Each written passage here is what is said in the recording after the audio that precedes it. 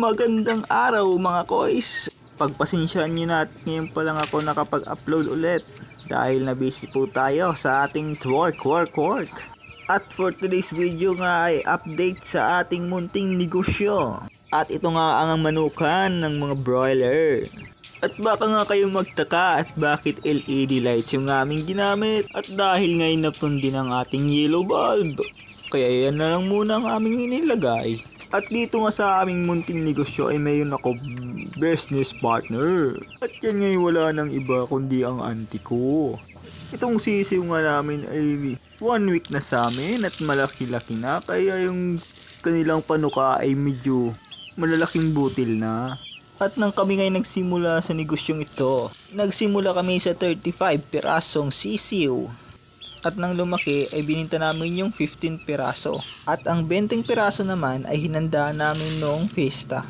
At hanggang na naisipan namin ay pagpatuloy na lang yung pag-aalaga ng manok. Kaya sa pangalawang beses namin ay bumili na agad kami ng 50 pirasong sisiw. At sa awa ng Diyos, nang bininta namin ay naubos naman. May bumiling buhay pa at may iba naman ay bumili ng dressed chicken na. At nagustuhan ng mga customer dahil hindi daw to galing sa frozen. At ito'y fresh na fresh galing Katay. At nang naibinta na po lahat, ay naghantay kami sa mga bagong sisiw na dadating. At ito na yung kasalukuyan naming mga sisiw.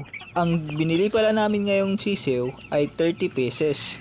Ang ginawa namin ngayon ay 30-30. 30 ngayon at sa kalahati ng buwan ay 30 pesos ulit. Ginawa namin ganito para hindi mapuputol yung supply natin sa mga consumer o sa mga mamimili. At sa income namin sa negosyong ito ay binibili namin ng mga material na kailangan ng ating negosyo at pangdagdag sisiw.